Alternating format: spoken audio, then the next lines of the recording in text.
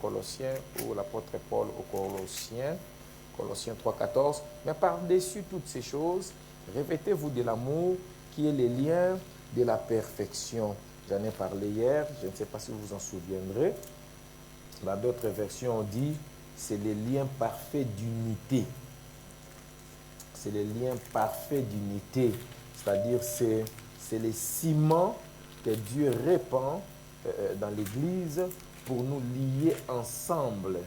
C'est ça, l'amour. L'amour. Et donc, le ciment, la colle, patex, la super glue que Dieu met pour nous maintenir ensemble. 1 Jean chapitre 4, verset 8. 1 Jean chapitre 4, verset 8. Vous savez, ce sont des enseignements. Hein? Il faut lire et puis beaucoup noter. 1 Jean chapitre 4, verset 8, j'ai lu au nom de Jésus-Christ. Celui qui n'aime pas n'a pas connu Dieu, car Dieu est amour. Donc vous voyez ici, il donne la nature de Dieu, c'est l'amour. Je peux même lire aussi les versets suivants. L'amour de Dieu a été manifesté envers nous, en ce que Dieu a envoyé son Fils unique dans le monde, afin que nous vivions par lui. Et cet amour consiste non point à ce que nous avons aimé Dieu, mais à ce qu'il nous a aimé le premier et a envoyé son Fils comme victime expiatoire pour nos péchés. Bien-aimés, si Dieu nous a ainsi aimés, nous devons aussi nous aimer les uns les autres. Personne n'a jamais vu Dieu. Si nous nous aimons les uns les autres, alors Dieu demeure en nous et son amour est parfait en nous. Remarquez encore, amour, parfait, perfection. Donc nous connaissons que nous demeurons en lui et qu'il demeure en nous parce qu'il nous a donné de son esprit. Regardez, on parle de l'amour, on parle de la perfection et on parle du Saint-Esprit. Or, dans Galates 5, 22, nous disons que l'amour est le fruit du Saint-Esprit. Donc vous voyez, la Bible est très cohérente. Dieu est très cohérent. Amen. On peut continuer cette lecture. Hein? Et nous avons vu et nous attestons que le Père a envoyé le Fils comme sauveur du monde. C'est lui qui déclarera publiquement que Jésus est Fils de Dieu, Dieu demeure en lui et lui en Dieu. Et nous avons connu l'amour que Dieu a pour nous et nous y avons cru. Dieu est amour, Bandeko. Et c'est lui qui demeure dans l'amour, demeure en Dieu. Et Dieu demeure en lui. Tel il est, tel nous sommes aussi dans ce monde. C'est en cela, répétons, tel il est, tel nous sommes aussi dans ce monde. Il est amour. Nous aussi dans ce monde nous sommes amour. C'est en cela que l'amour est parfait en nous, afin que nous ayons de l'assurance au jour du jugement. Ça veut dire qu'au jour du jugement, qu'est-ce qu'on va juger en nous? L'amour. La crainte n'est pas dans l'amour, mais l'amour parfait bannit la crainte. Car la crainte suppose un châtiment et celui qui craint n'est pas parfait dans l'amour. Pour nous, nous l'aimons parce qu'il nous a aimés le premier. Si quelqu'un dit « j'aime Dieu » et qu'il haïsse son frère, c'est un menteur. Car celui qui n'aime pas son frère, qu'il voit, comment peut-il aimer Dieu qu'il ne voit pas? Et nous avons de lui ce commandement, que celui qui aime Dieu aime aussi son frère. Est-ce qu'il faut même expliquer? Quiconque croit que Jésus est le Christ est né de Dieu. Et quiconque aime celui qui l'a engendré, aime aussi celui qui est né de lui. Nous connaissons que nous aimons les enfants de Dieu lorsque nous aimons Dieu et que nous pratiquons ses commandements. Car l'amour de Dieu consiste à garder ses commandements. Et ces commandements ne sont pas pénibles, car tout ce qui est né de Dieu triomphe du monde. Et la victoire qui triomphe du monde, c'est notre foi. Attends, je vais le lire, la parole de vie, la version parole de vie. Que cette histoire de langue française a produit beaucoup de problèmes. C'était quel texte? 1 Jean, hein? 1 Jean combien? 4, verset 8. Je lis au nom de Jésus-Christ. Ceux qui n'aiment pas les autres ne connaissent pas Dieu, parce que Dieu est amour. Voici comment Dieu nous a montré son amour. Il a envoyé son Fils unique dans le monde pour que nous vivions par lui. Alors, l'amour, qu'est-ce que c'est? Ce n'est pas nous qui avons aimé Dieu. C'est lui qui nous a aimés. Il nous a tellement aimés qu'il a envoyé son Fils. C'est lui qui s'est offert en sacrifice pour nous. C'est pourquoi Dieu pardonne nos péchés. Amis très chers, puisque Dieu nous a aimés de cette façon, nous aussi nous devons nous aimer les uns les autres. Personne n'a jamais vu Dieu. Mais si nous nous aimons les uns les autres, Dieu vit en nous et son amour en nous est parfait. Voici comment nous reconnaissons que nous vivons en Dieu et que Dieu vit en nous. Il nous a donné son Esprit Saint. Le Père a envoyé son Fils pour sauver le monde. Et nous avons vu cela et nous en rendons témoignage. Si quelqu'un affirme « Jésus est le Fils de Dieu », alors Dieu vit dans cette personne-là. Et lui vit aussi en Dieu. Et nous avons connu l'amour que Dieu a pour nous et nous avons cru à cet amour-là. Dieu est amour.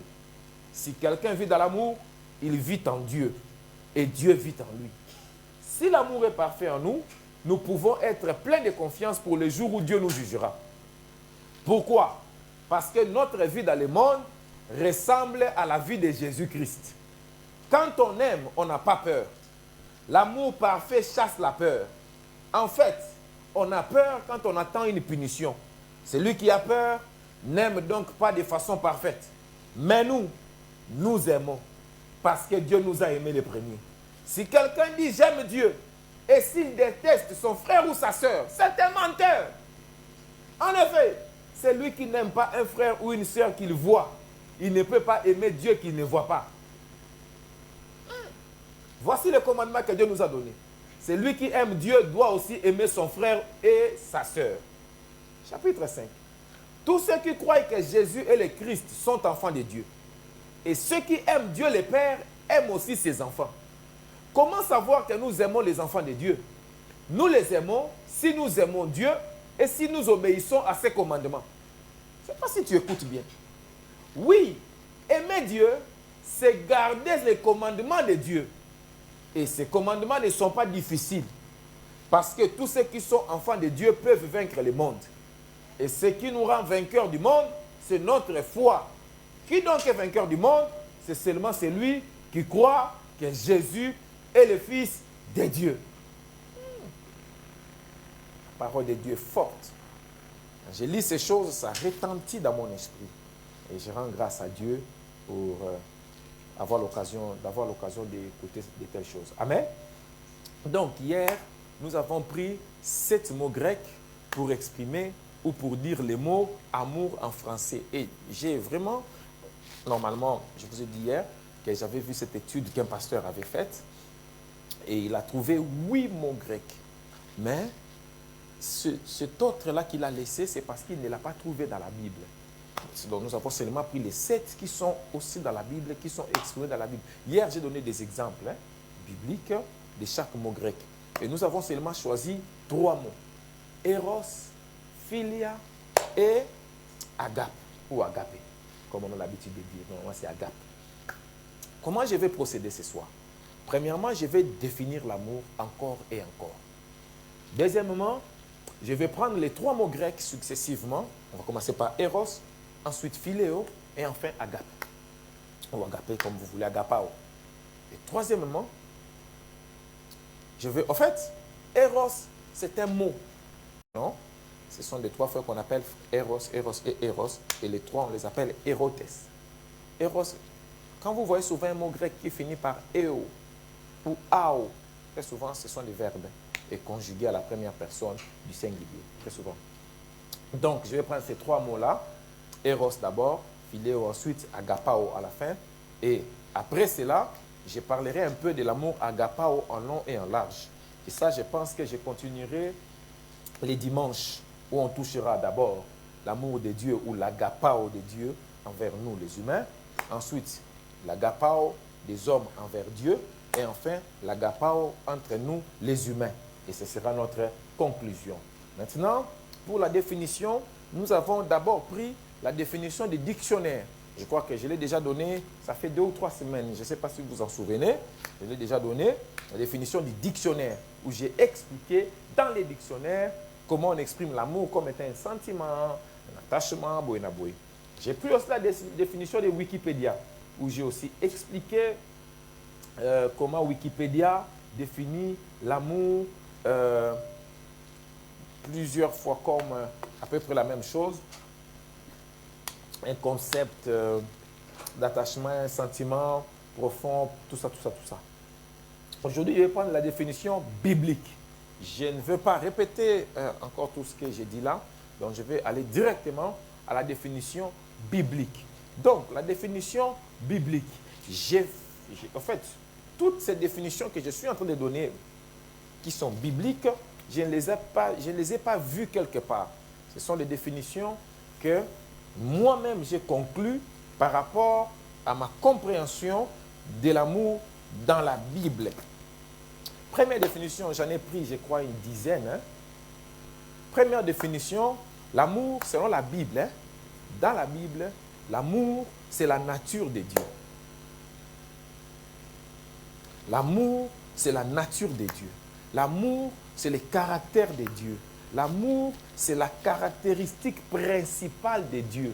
L'amour, c'est la vraie nature de Dieu. Dieu peut manifester la bonté, Dieu peut manifester la puissance, Dieu peut manifester la richesse, Dieu peut manifester tout ce que vous voulez, la miséricorde, tout ce que vous voulez. Mais sa nature, c'est l'amour. Ça veut dire, Dieu peut aller quelque part, il enlève la puissance, il enlève le feu, il enlève l'eau, il enlève la miséricorde, il enlève la bonté, mais il ne peut pas enlever l'amour. Parce que l'amour, c'est Dieu lui-même. Partout où il y a Dieu, l'amour est automatique. What I want to say, qu'est-ce que j'essaie de dire? Quelqu'un même qui ne vient pas aux églises, mais qui manifeste l'amour, Dieu est avec lui. Ça ne veut pas dire qu'il entrera au ciel, parce que pour entrer au ciel, il faut croire en Christ Jésus, le recevoir et marcher selon sa volonté. Et si tu fais cela, Jésus va t'amener dans une église locale. Obligé, il va t'amener dans une église locale. Alors, qu'est-ce que cela signifie? Dans d'autres religions, dans d'autres foi ou confession religieuse, il n'y a pas d'enfants de Dieu. Si, il y a des enfants de Dieu. Pourquoi ils sont enfants de Dieu? Parce qu'ils ont cru en Jésus-Christ comme Seigneur et Sauveur. Dès le moment où ils ont cru en lui, ils sont devenus enfants de Dieu. Dès le moment où ils ont fait ça, le Saint-Esprit est entré en eux. Et le Saint-Esprit ne va pas supporter les religions où ils partent. À un moment ou à un autre, le Saint-Esprit les fera sortir de là et les amènera dans une église locale. Donc c'est important de préciser cette chose-là. Et toute personne qui a l'amour à Dieu, Sona Adjiwalawo, c'est très important ce que je suis en train de te dire. L'amour, c'est Dieu. L'amour, c'est la nature de Dieu. Dieu est amour. Dieu est amour. Dieu est amour. Tout le monde qui a Dieu a l'amour. On vient de lire, non, dans 1 Jean. Tu ne peux pas prétendre être enfant de Dieu et ne pas avoir l'amour.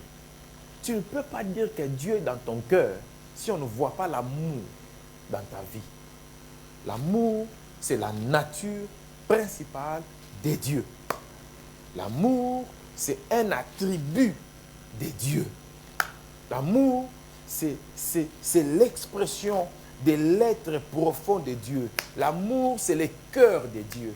L'amour, c'est la preuve que Dieu est quelque part. C'est-à-dire, si quelqu'un dit qu'il était païen et qu'il est devenu chrétien, le premier changement qu'on doit voir, c'est le changement dans l'amour. On doit voir qu'en lui, il y a maintenant l'amour. Quand il n'y a pas encore l'amour, tu n'es pas devenu chrétien, même si tu as fait 10 ans dans les églises. Ce n'est pas parce que tu as abandonné d'aller, je ne sais pas où tu allais avant, et que tu commences à aller à l'église, que ça montre que tu es devenu chrétien. Ce qui montre que tu es devenu chrétien, c'est quand tu as maintenant l'amour. C'est intéressant ce que je suis en train de dire, parce que surtout nous, les prédicateurs, à un moment dans la marche avec le Christ, nous perdons l'amour. Maintenant, nous maîtrisons, nous mémorisons des versets bibliques, des principes, des choses, des philosophies, mais nous perdons l'essentiel, qui est l'amour. Quelqu'un peut ne pas connaître toute la Bible de Genèse, Apocalypse, mais s'il a l'amour, il a Dieu, Bandeko. Je vous ai dit que quand Dieu nous jugera, c'est le critère principal qu'on regardera en nous. D'ailleurs, c'est la deuxième définition de l'amour que je donne ce soir. L'amour, c'est le critère principal qui sera vérifié le jour du jugement. Nous avons lu dans 1 Jean. dit, quand nous avons l'amour, nous n'avons pas peur pour les jugements derniers. Parce que l'amour nous rassure. L'amour nous dit c'est bon.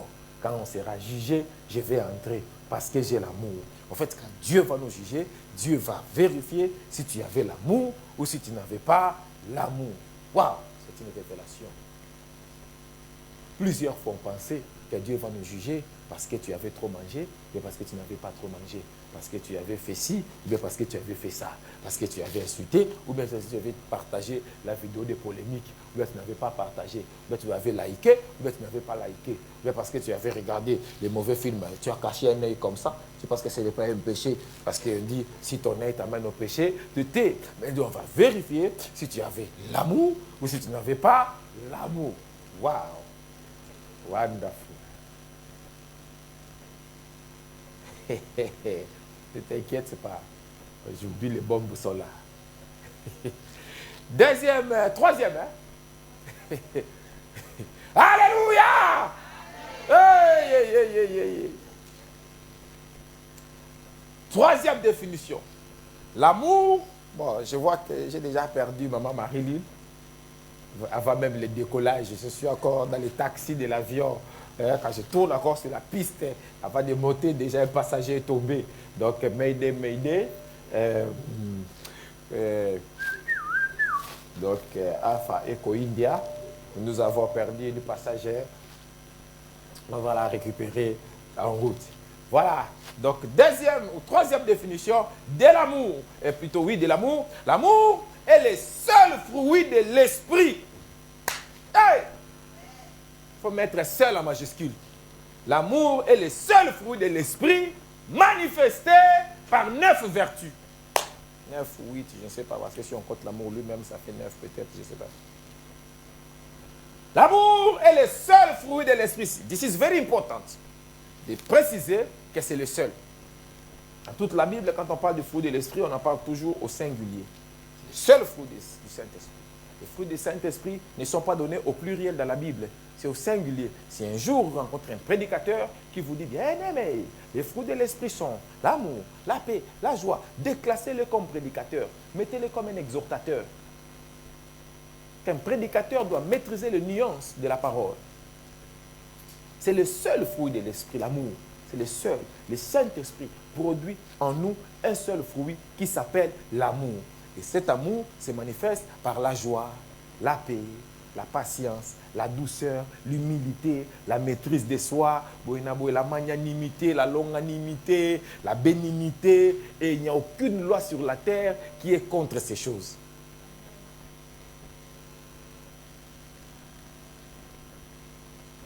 Quatrième définition.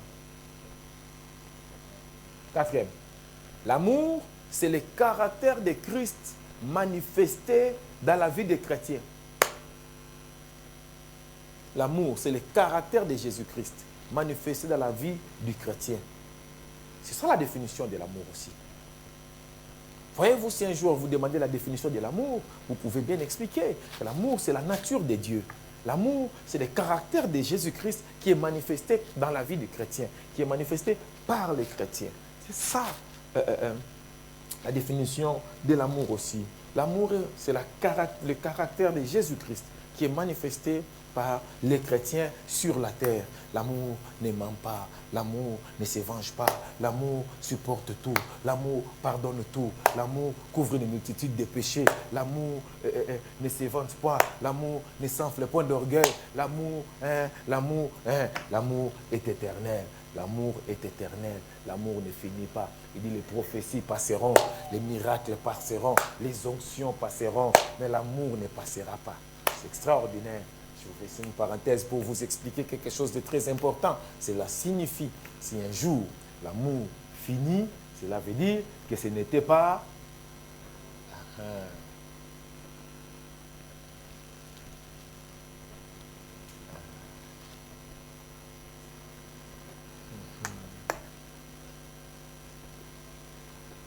L'amour, une autre définition, c'est le résultat de la présence permanente de Christ dans le chrétien. J'espère que vous écrivez ces choses. Hein? Normalement, au cours de la prédication, à un moment, on doit mettre les choses que je prêche là. Hein? Par exemple, quand je donne des définitions comme ça, je donne 4, 5 définitions, à un moment, on les met sur la liste là. Propre, l'écran nous sert. L'amour est le résultat de la présence permanente de Jésus-Christ dans les chrétiens. Par exemple, comme ça, on pouvait aussi nous mettre les versets bibliques, la liste là que j'ai donné des textes. On pouvait nous mettre aussi, par moment, après l'oiseau, après la fleur, on peut nous mettre aussi. Hein? Voilà, c'est ça. L'écran nous sert. Parce que j'aime cet écran. Il est à nous, je l'aime. L'amour, c'est le résultat de la présence permanente de Jésus-Christ à l'intérieur du chrétien. Yes! D'accord! Oh, c'est là solo là.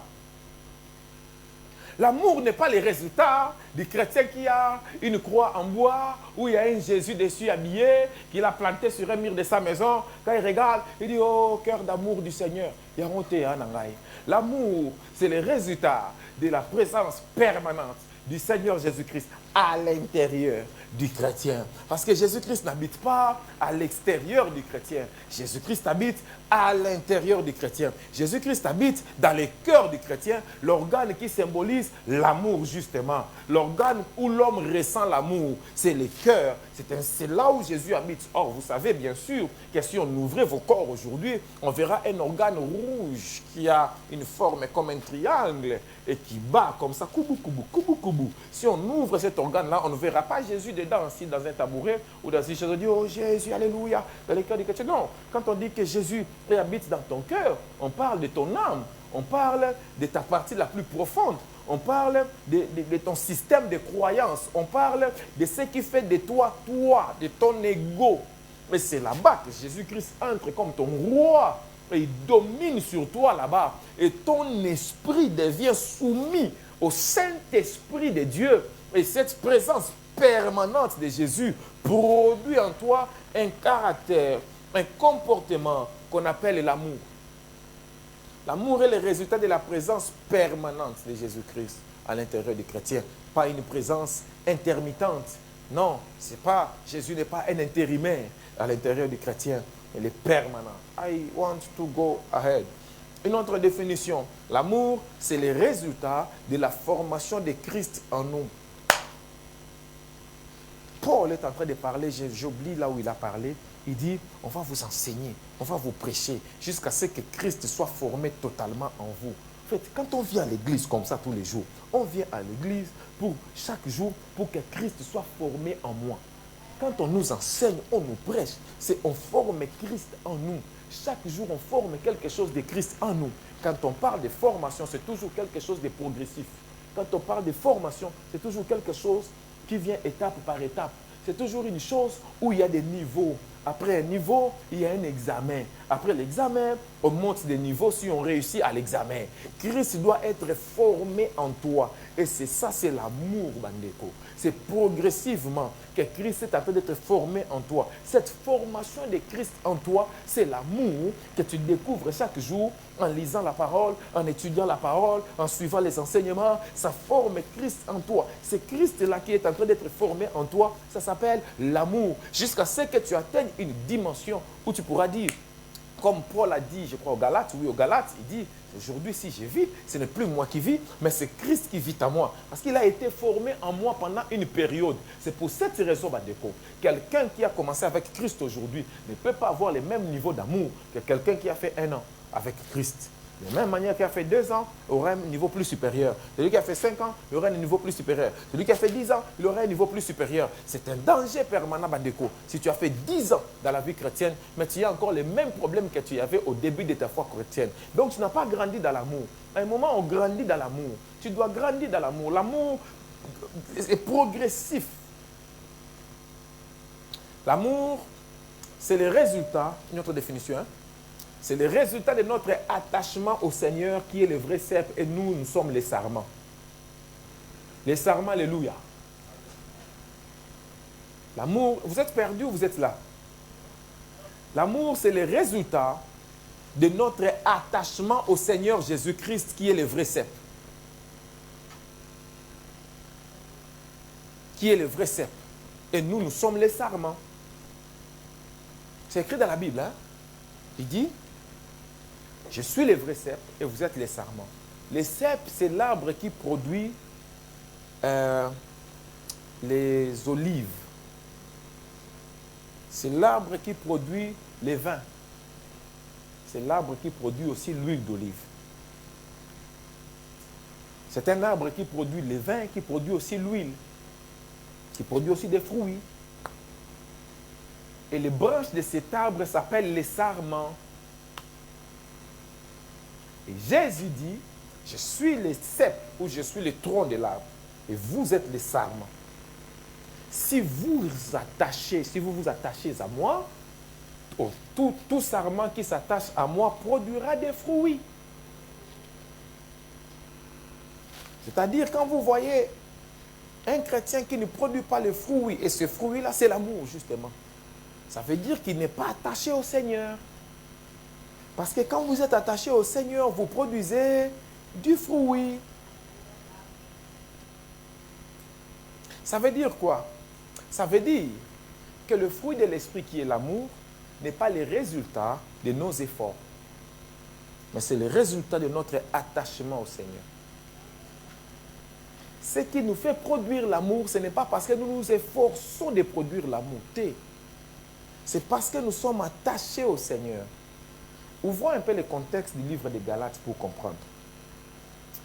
Le peuple de Galatie, c'est le peuple où Paul est allé prêcher et l'église a été bâtie là-bas. Quand l'église a été bâtie là-bas, Paul a prêché le salut par la grâce, comme il prêche partout. Mais après cela, des Juifs sont allés là-bas et ils ont dit aux Galates que la grâce ne suffit pas. Vous aussi, vous devez produire certaines œuvres pour entrer au ciel. Du coup, les Galates ont commencé aussi à fournir des efforts pour entrer au ciel. C'est pour ça que Paul leur a écrit dans le livre des Galates, à un moment il leur dit, dans la lettre qu'il leur écrit, il dit, ô Galates, peuple dépourvu de sens, qui vous a ensorcelé, qui vous a envoûté, vous qui aviez commencé par l'esprit, maintenant vous voulez finir dans la chair. Plusieurs gens sont comme ça. Hein? Ils ont commencé leur vie chrétienne dans le Saint-Esprit. Ils vont aller le finir. Voilà. Et quand Paul dit cela, Paul leur dit par rapport aux œuvres de la chair. Pourquoi? Parce que les Galates ont commencé maintenant à... On leur a enseigné la loi des Juifs. Maintenant, ils voulaient appliquer la loi des Juifs. Prenons nous les Juifs. À partir du vendredi soir, c'est le Shabbat. On ne fait rien. Nous ne mangeons pas la viande des porcs. Nous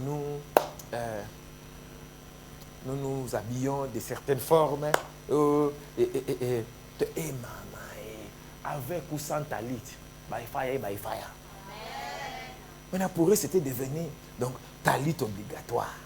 S'il n'y a pas les talits, ils ne peuvent pas prier. Ils doivent vous mettre la tête comme ça. C'est devenu toute une histoire. Nous avons des chrétiens qui sont devenus comme ça aussi. Ils ont besoin d'aller en Israël même pour se faire baptiser dans les Jourdains. Ils commencent ils mangent les pains sans levain tous les samedis. Pour nous faire souffrir les gens comme ça, Bandeko. Ils ne mangent plus du porc. Quelle bonne viande. Oh Jésus de Nazareth. Ils commencent à fêter les fêtes des Juifs. Évitez problème. Évitez polémique. Ils commencent même à se saluer Shabbat Shalom, ni kaka. Alléluia! Jusqu'au point où, Yoka, Pierre est allé chez les Galates. Et Pierre mangeait avec les frères, les chrétiens d'origine juive. Ils mangeaient aussi ensemble avec les chrétiens d'origine païenne. Nous tous là, on est des chrétiens d'origine païenne, notre pays qui serait. Et Paul voyait ça. Et à un moment, comme Jacques était leur chef, Jacques a envoyé des personnes venant de Jérusalem pour aller voir comment ça se passe chez les Galates. Quand les envoyés de Jacques sont arrivés, Pierre ne mangeait plus avec les frères d'origine païenne. Il mangeait seulement avec les frères d'origine juive. Ah, Paul ne l'a pas loupé. La Bible dit, Paul a dit, je lui ai résisté en face.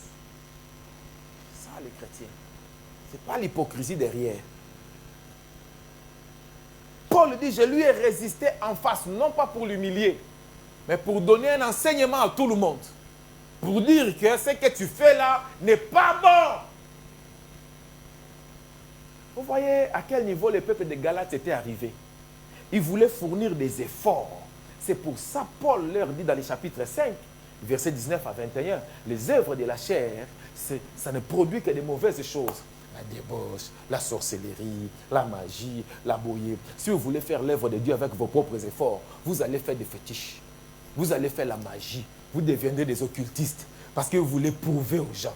Parce que vous voulez intimider, impressionner. C'est là où vous allez commencer à fabriquer de faux miracles. C'est là où vous allez commencer à fabriquer de fausses prophéties. Vous allez commencer à vous donner des informations. Et puis vous allez les dire comme des prophéties. Parce que vous voulez faire des choses avec les œuvres de la chair. Mais les choses de Dieu ne se font pas par des efforts personnels. Les choses de Dieu, vous devez seulement vous attacher au Seigneur Jésus-Christ. Alors dit, vous êtes les sarments, il est les cèpes. Il dit, si vous vous attachez au Seigneur Jésus-Christ, vous n'allez pas produire des œuvres. Parce que quand on parle des œuvres, nous sommes dans une entreprise, nous sommes dans une industrie où les moteurs doivent fournir un effort. Il faut leur chercher de l'énergie pour produire un résultat, les œuvres. Mais quand on parle du Seigneur, on ne parle pas des œuvres, mais on parle du fruit. Parce que quand on est dans le domaine du fruit, ce n'est plus le domaine où toi, tu t'efforces à manifester la joie. Mais la joie coule d'elle-même parce que tu es attaché à Jésus. Et Jésus fait couler la joie en toi. Tu ne forces pas la joie. Ce n'est pas une joie mensongère où tu montres seulement un sourire jaune. Non, mais c'est une vraie joie profonde dans ton cœur qui, même dans les moments les plus compliqués, mais tu as la joie. C'est la paix, la vraie paix du cœur. La paix où tu n'es pas troublé, même quand les bateaux Titanic veulent s'enfoncer, toi tu as la paix. Parce que tu sais que quelque part, il y aura une jack quelque part qui va ramasser un morceau dans l'eau et te mettra dessus. Et lui-même sera en bas là-bas, en train de patauger jusqu'à ce qu'il va se refroidir lentement et il mourra devant toi, tu ne vas pas l'aider. Mais il y avait assez d'espace sur ces trucs-là pour 2 personnes. Donc vous voyez, c'est le résultat de notre attachement au Seigneur Jésus-Christ. Quand tu es attaché à Jésus, l'onction coule et tu produis les fruits de l'esprit sans effort. Qu'est-ce que j'essaie de dire? J'essaie de dire que le caractère de Christ en toi n'est pas le résultat de tes efforts. C'est Dieu qui produit ça en toi. Toi, ton problème, c'est de croire en lui et de t'attacher au Seigneur. Le Seigneur, c'est l'esprit. La Bible le dit. Le Seigneur, c'est l'esprit. Là où est l'esprit et la liberté. Le Seigneur, c'est la parole. Si tu es attaché aux choses de Dieu, la vie de Dieu va couler d'elle-même en toi. L'amour, c'est le résultat de ton attachement au Seigneur qui est le vrai cep. L'amour, une autre définition, c'est l'instrument d'expression de la chrétienté d'une personne. L'amour, c'est l'instrument d'expression de la chrétienté d'une personne. On l'a vu dans 1 Jean. Comment quelqu'un peut dire qu'il est chrétien s'il n'exprime pas sa chrétienté par l'amour? Donc, on voit que tu es chrétien, non parce que tu te promènes toujours avec... comment ça s'appelle? Foulard, ou bien même si tu mets un voile, ou bien tu couvres le corps tout entier, tu laisses seulement les yeux comme Ninja Condor 13. Ce n'est pas ça qui montre que tu es chrétien, parce qu'on a vu Ninja Condor dans les cinémas, hein, dans les cinémas de cette époque-là où on crie « Hey !» Voilà, mon nez. Je ne peux pas oublier ça. Les films avaient un autre titre, mais je ne peux pas titre sur Itim Combat. Itim Combat. C'est là où on a découvert le concept des acteurs et des assassins. C'est comme si l'autre là n'est pas acteur, quoi. Lui il est assassin.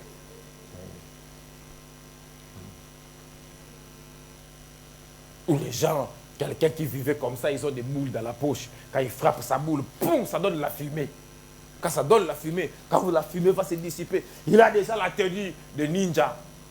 Il est déjà sur un arbre, ils ont des étoiles. Il te lance l'étoile de ninja, ça entre dans ton cou. Vous voyez des gens comme ça en plein été, il fait chaud. Il y a un truc tout noir. Il laisse seulement les yeux, mais je suis sûr, ces trucs-là, ça sent mauvais. Parce que là, des niveaux, tu transpires. Au moni, Maintenant, ce sont des gens comme ça, ils pensent que c'est quand il fait ça, il est chrétien. Ce n'est pas ça le christianisme, Mandeko. Le christianisme, ça ne s'exprime pas parce que tu as une mini-jupe ou tu as une longue jupe, même si c'est vrai que la longue jupe, c'est bien. Mais ce n'est pas ça qui exprime le christianisme. D'abord, le christianisme n'est pas exprimé par les mèches ou sans mèches. De couper les cheveux ou bien de laisser pousser les cheveux. Ce n'est pas ça qui exprime d'abord le christianisme. On a giflé quelqu'un à cause des cheveux courts récemment. Donc, ce n'est pas ça vraiment qui exprime le christianisme. C'est d'abord l'amour. L'amour est l'instrument qui montre si tu es chrétien ou bien si tu n'es pas chrétien. Si tu es chrétien, on doit voir l'amour en toi. Si tu es païen, on ne verra pas l'amour en toi. Il n'y a pas d'ambiguïté sur ces points-là. Si tu es chrétien, tu as l'amour. Celui qui a connu Dieu a l'amour. Celui qui a Dieu a connu Dieu a l'amour. Celui qui a l'amour a Dieu. Propre. Il n'y a plus d'amen. C'est là où toi-même tu dois t'asseoir et dire très à haute voix, je suis païen. Parce que tu n'as pas l'amour. L'amour, je suis toujours en train de définir l'amour. J'ai déjà pris 40 minutes de définir seulement l'amour. Et puis quelqu'un va venir, il va mettre une grande voix, il va te dire, l'amour n'existe pas. Il n'existe que des preuves d'amour. Amour. Ouais, toi-même aussi, tu dis, attends. Pourquoi toi tu connais la chanson là? Parce que tu as continué la chanson. Hein? J'ai entendu déjà ici continuer la chanson. Païen. Hein?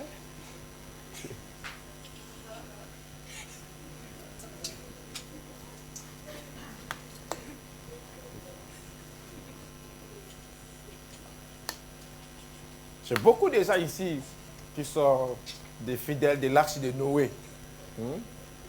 Ils chantent la musique mondaine. Comment tu connais ces cantiques là-dessus? Parce que tu l'as continué. Oh Jésus. Bon. Donc je disais, l'amour, c'est l'instrument d'expression de ta chrétienté. Wonderful. Ça dit, la chose qui exprime que tu es chrétien, c'est l'amour. Autre chose, l'amour, c'est la jauge de ta spiritualité. Jauge. Je ne sais pas si on dit les jauges ou la jauge. Donc la jauge, parce que d'habitude nous disons jauge. Donc l'amour, c'est jauge de ta spiritualité. La jauge, c'est ces trucs-là, hein? C'est cette barre de fer qui est dans la voiture pour montrer le niveau de ton huile. Maintenant, l'amour, c'est ce qui montre ton niveau de spiritualité. Ah, j'aime ce que j'ai dit. Ton niveau de spiritualité n'est pas manifesté par le nombre d'heures que tu parles la langue. Il y a des sorciers qui parlent la langue jusqu'à demain matin, maman. Il a commencé à 22h. Quand il dit wolo là, il a déjà pris le vol, il est parti dans les bords des sorciers. Sorcier, vraiment, imagine les gens, mais j'ai failli dire un truc, ce n'est pas bon. Mais la jauge, ce n'est pas parce que quelqu'un parle beaucoup en langue ici que vous dites, alléluia, lui, là, sa spiritualité a monté. Ce n'est pas parce qu'il parle beaucoup en langue. Papa, maman, ce n'est pas par le nombre de tombées que tu fais dans les cultes qui montre que ta spiritualité a monté. Ta spiritualité a monté parce que tu es beaucoup tombé. Tu as tourné, tu es entré sous les chaises et tu as traversé les chaises et tu dis alléluia, ma spiritualité, je suis monté dans les choses spirituelles. Le Seigneur m'a pris, je suis monté niveau. Oh, comment tu sais niveau? C'est l'amour. Ton niveau d'amour, c'est ça ton niveau de spiritualité.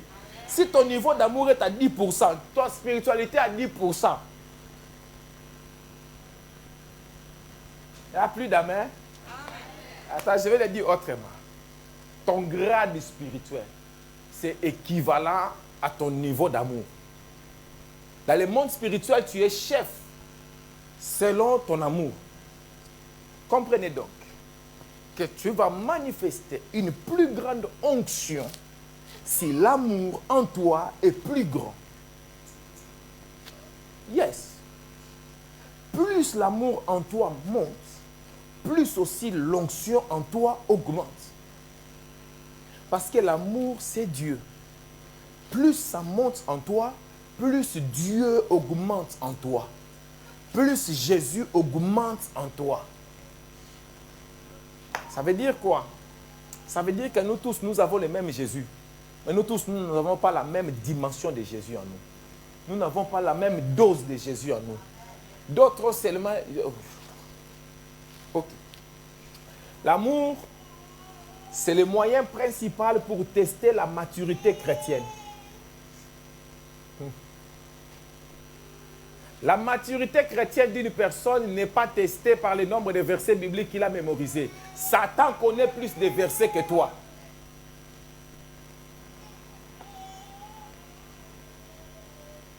Bande. Les gens pensent que leur maturité chrétienne est manifestée parce qu'ils ont gagné dans les débats bibliques. Te donne des versets bibliques, chaos technique, tu n'as plus d'argument. Parce que c'est ça qui montre qu'il a une grande maturité. Tu n'es pas Gédéon de la Tchétchouva.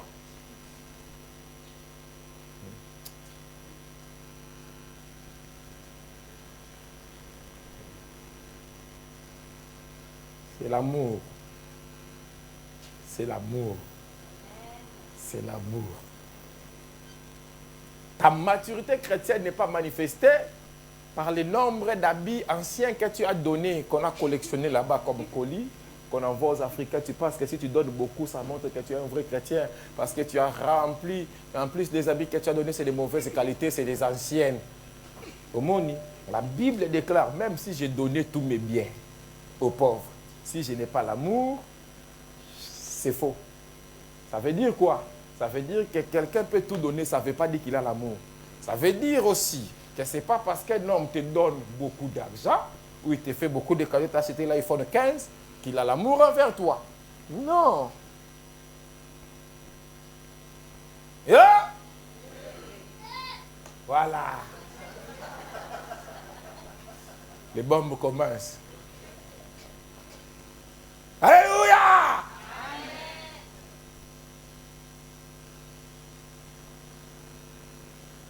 L'amour, c'est le caractère, le comportement, le tempérament que les chrétiens produisent par l'impulsion du Saint-Esprit. C'est quoi? C'est beau ça, hein, maître coach. C'est le caractère, c'est le comportement, c'est le tempérament que les chrétiens produisent par l'impulsion du Saint-Esprit. Je te donne des éléments, coach, où tu vas observer ta femme pendant une certaine période pour voir si elle manifeste ces choses-là. C'est là où tu vas voir ma femme, Dieu est en toi. Si elle est là, toi-même, tu te mets à genoux, tu dis ma femme, Dieu est venu. Mais si elle ne manifeste pas ça, papa, il ne faut pas se mettre à genoux.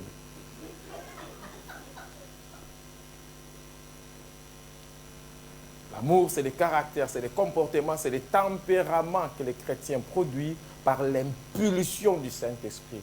C'est comme en portugais on dit impulso. Impulso, c'est un peu comme on envoie le crédit dans un téléphone. Plus on met le crédit, plus tu peux appeler, plus tu peux faire des textos, plus tu peux fonctionner. Yes. L'amour, c'est ce qui détermine la nature d'une personne, si elle est chrétienne ou pas. Puisque la Bible déclare, on connaîtra l'arbre par ses fruits. Et l'amour est le fruit du Saint-Esprit. Donc quand quelqu'un a ses fruits, cette personne est chrétienne. Je vous ai dit, l'amour est un fruit. C'est le résultat de la sémence incorruptible qui est la parole. Elle est plantée sur la terre qui est notre cœur. Et cette sémence, à un moment, elle va mourir sous la terre. Et elle va percer la terre. Et sortira une petite tige. Cette tige va monter selon la qualité de la terre, selon la qualité de l'arrosage, selon la qualité de comment on prend soin de cette tige. Ça va grandir, et il deviendra un arbre solide qui n'a plus besoin de l'aide humaine, où il bénéficiera du soleil et de la pluie. Et puis là, il va commencer à donner des sarments et des fruits. C'est ça. Et ces fruits-là, c'est l'amour. C'est important ce que j'ai dit. Comprenez donc, comme je vous ai dit tout à l'heure, que le temps que vous passez dans le christianisme compte beaucoup dans ces choses. Quelqu'un qui commence aujourd'hui, peut-être que la graine est encore sous la terre, elle est en train de pourrir. Elle va encore manifester des choses païennes, mais elle est déjà devenue chrétienne. Mais l'amour prend le temps. C'est ainsi que vous pouvez accepter, quand Sona a commencé l'église, de passer devant et de dire que j'ai encore la colère envers ma belle-mère. Mais aujourd'hui, la graine a pourri, elle est morte, elle a percé la terre, elle est un peu sortie, elle a commencé à donner une petite tige et des élans amoureux ont commencé à naître dans Sona, même envers quelqu'un des protocoles ou des chantres, tu vois. Et c'est l'amour, ça grandit. Et ça peut prendre de la forme Eros, Philéo, Nani, tout ça. Tu peux voir l'enfant. Tu peux voir de l'eau. Parce que j'ai l'impression que tu es resté seulement chez Sona. Alors moi, je donnais un exemple pour expliquer l'amour. Donc, quelqu'un qui est encore chrétien, mais né, qui est né récemment, c'est... Vous voyez pourquoi la Bible dit « Ne donnez pas de tâches à un chrétien né de nouveau dans l'église. » Parce que l'arbre n'a pas encore mûri en lui. Il faut laisser d'abord le temps à la personne de prendre son temps dans l'église, dans la maison de Dieu, de pomper la parole, de l'arroser. Il faut savoir distinguer quand quelqu'un a besoin de l'arrosage de l'arrosoir et quand quelqu'un a besoin de l'arrosage de la pluie.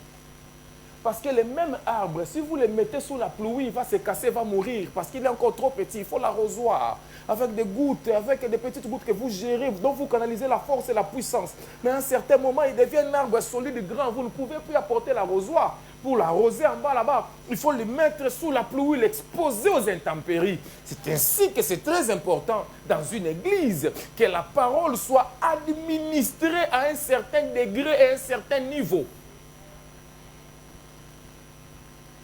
C'est important ce que je vous dis. Quelqu'un m'a appelé hier, il m'a dit, Baïfaya, ce que tu as prêché dans la conférence des ministres de Dieu à samedi, tu n'as jamais dit ça dans notre église. Il dit, ah Baïfaya, tu n'es pas bon, hein. Après il dit, bon, j'ai compris. Ça veut dire qu'on n'est pas encore arrivé à cette dimension-là où tu peux nous dire ces choses-là.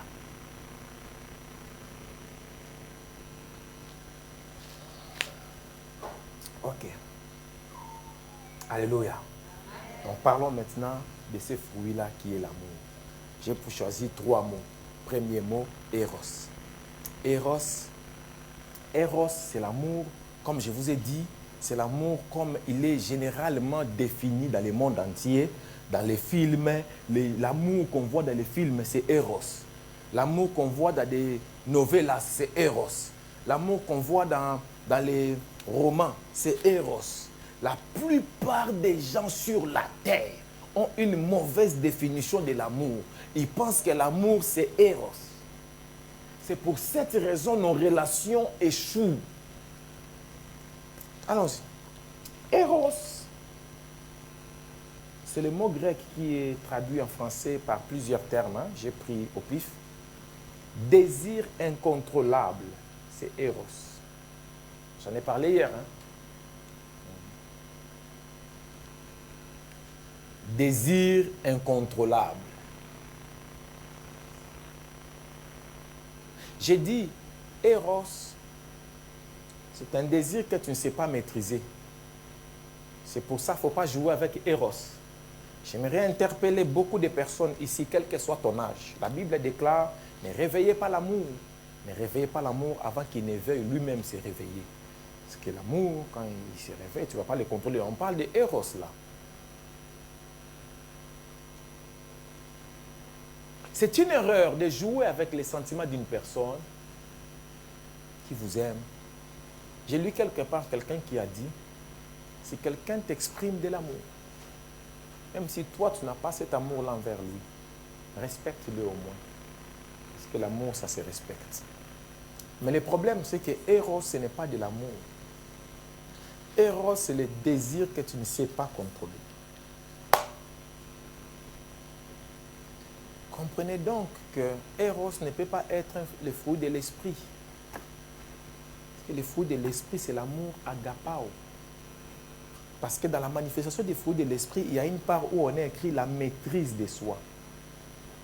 Là où il y a l'amour, il y a ce qu'on appelle la maîtrise. Quand vous n'arrivez pas à vous maîtriser dans votre truc là, regardez voisin. Dis du voisin. Quand tu n'arrives pas à te maîtriser dans ton truc là,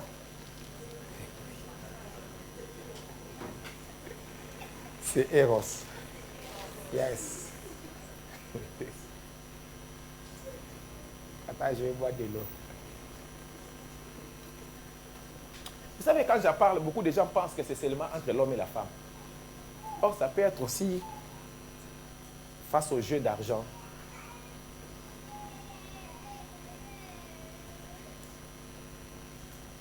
Quand tu n'arrives pas à te maîtriser face à ces chiffres-là, à ces numéros-là, quand tu vois seulement un truc rouge, on écrit tabac, directement, il y a certaines substances qu'on vend au bas de notre immeuble. Ces substances-là, nous au Congo, on les appelle sorciers. Pourquoi? Parce que les sorciers, vous savez qu'il est sorcier, vous savez qu'il vole la nuit, mais vous ne voyez jamais son avion et vous ne voyez ni le décollage ni l'atterrissage. Ces substances-là sont comme ça. Vous savez qu'ils sont là, mais vous ne les verrez jamais de vos yeux comme ça. Mais ça part seulement. Vous voyez seulement les gens, mais vous ne voyez pas la substance en elle-même, sauf ceux qui la consomment eux-mêmes. Maintenant, quand il y a ce désir incontrôlable de cette yoga, Eros, c'est même par rapport aux écrans. Quand tu n'arrives pas, quel que soit les moments, tu dois avoir un écran devant toi.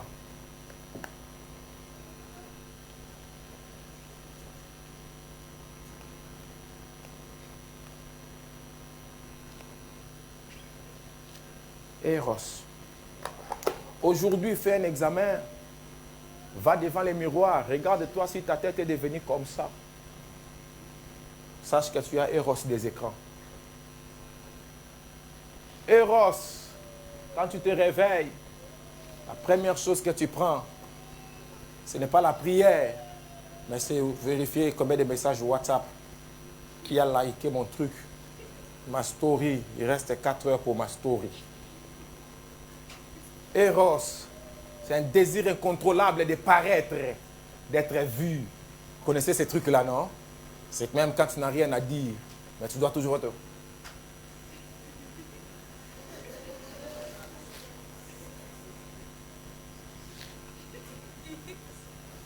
Eros, un désir incontrôlable de faire des vidéos, un désir incontrôlable d'aller sur TikTok et de danser, de montrer tes courbes, un désir incontrôlable. Eros.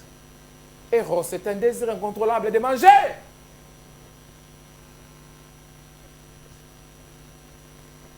Aime la nourriture. Passionné de la nourriture. Oh, j'adore le chocolat. Eros. C'est un désir que tu n'arrives pas à contrôler. La boisson, whisky, la bière, cigarette.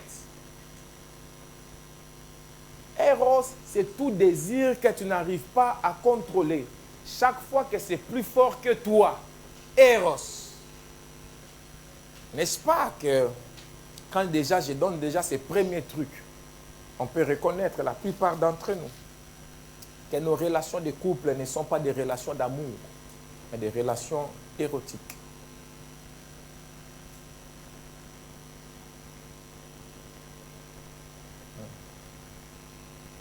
Plusieurs hommes mariés n'arrivent pas à contrôler leur désir de leur femme. Quand je vois ma femme sans habit, je dois avoir une relation intime avec elle.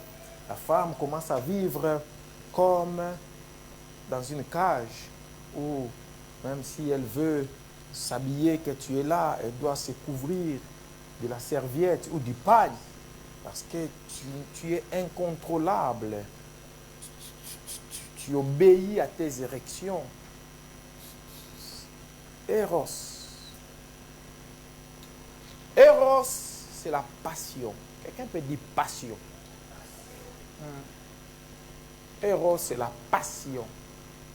Eros, c'est l'amour feu qui brûle le cœur. Eros signifie ce qui est sexy. En fait, vous pensez que c'est un compliment quand on vous dit tu es sexy. Non. En fait, quand on dit tu es sexy, on est en train de te dire que tu donnes l'envie d'avoir des rapports sexuels. Eros est traduit par la volupté. Volupté.